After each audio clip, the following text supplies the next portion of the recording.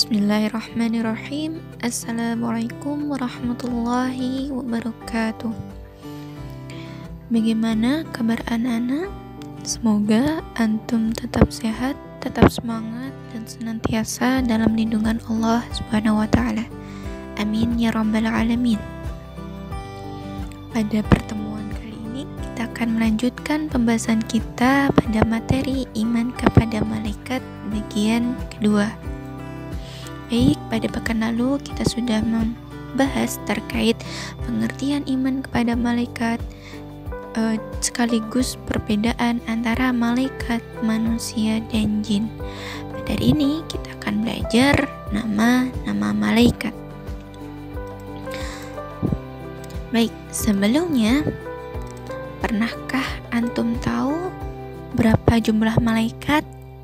Ya, pasti tidak pernah tahu. Karena sebenarnya jumlah malaikat tidak pernah disebutkan secara pasti di dalam Al-Quran. Namun, ada penjelasan melalui hadis yang diriwayatkan dari Bukhari dan Muslim dari Anas bin Malik bahwa pada saat Nabi Muhammad SAW melakukan Isra Mi'raj dan bertemu dengan Nabi Ibrahim alaihissalam yang sedang bersandar di Baitul Ma'mur, di sana terdapat 70.000 malaikat. Ya, ini yang ada di sana. Ya, belum ada yang ada di bumi. Jadi berapa totalnya? Banyak sekali. Bahkan kalau kita analogikan bahwasanya malaikat adalah ciptaan Allah yang paling banyak jumlahnya. Selanjutnya, kita akan mengenal nama-nama malaikat. Di nama-nama malaikat yang kita imani ada 10. Apa saja itu? Yang pertama adalah malaikat Jibril. Malaikat Jibril bertugas menyampaikan wahyu kepada Nabi dan Rasul. Jadi, sebagai seorang Muslim, ya, wahyu yang diturunkan Allah kepada Nabi kita, yaitu Nabi Muhammad SAW, berupa Al-Quran dan Al-Hadis. Sedangkan untuk nabi-nabi yang lain juga diturunkan kitab dan suhuf, ya, dengan bahasa yang berbeda-beda. Tapi tetap satu perantaranya, yaitu melalui malaikat Jibril. Nah, malaikat Jibril pernah sekali menampakkan dengan wujud aslinya kepada Nabi Muhammad SAW ketika peristiwa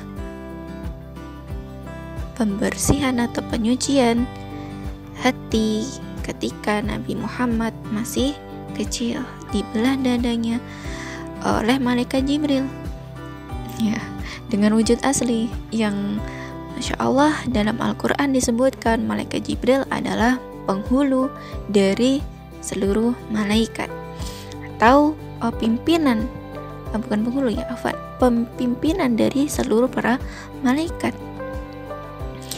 yang ketika menampakkan diri kepada Nabi Muhammad, ya, satu sayapnya menghentang antara timur sampai ke barat, ya, sangat-sangat besar.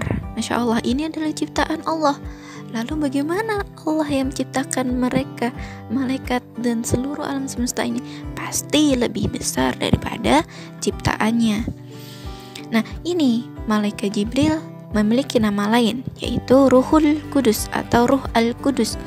Kemudian ada Ruhul Amin atau Ruh Ar-Ruh Al-Amin dan Namus. Lanjut, malaikat yang kedua adalah malaikat Mikail. Malaikat Mikail bertugas mengatur kesejahteraan makhluk. Nah, seperti mengatur awan, menurunkan hujan, melepaskan angin, dan membagi-bagikan rezeki.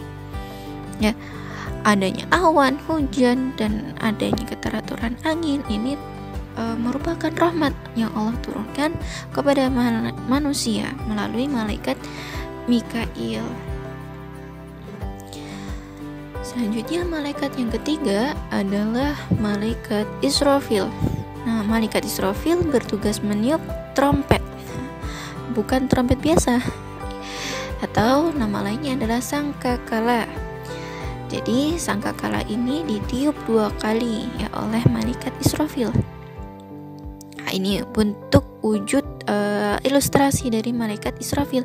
Ada di sini gambaran titik merah adalah sun. Sun ini diartikan matahari. Wah, berarti kita paham matahari itu kan sangat besar. Lalu ada di sini sekitaran matahari ada planet-planet yang lain.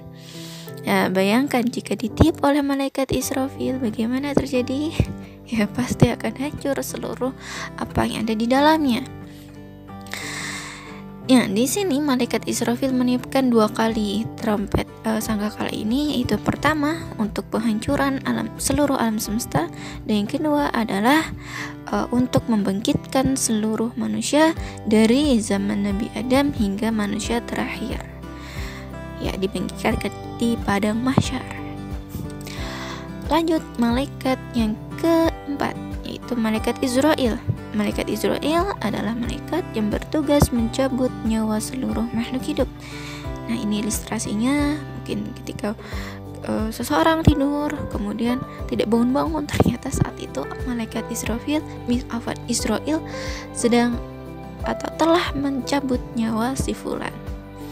Dan ini dalam hadis yang lain disebutkan, ya, kalau tidak salah sekitar 70 kali dalam sehari malaikat Israel itu senantiasa melihat kita, menilik kita, apakah kita sudah siap untuk dicabut nyawanya atau belum.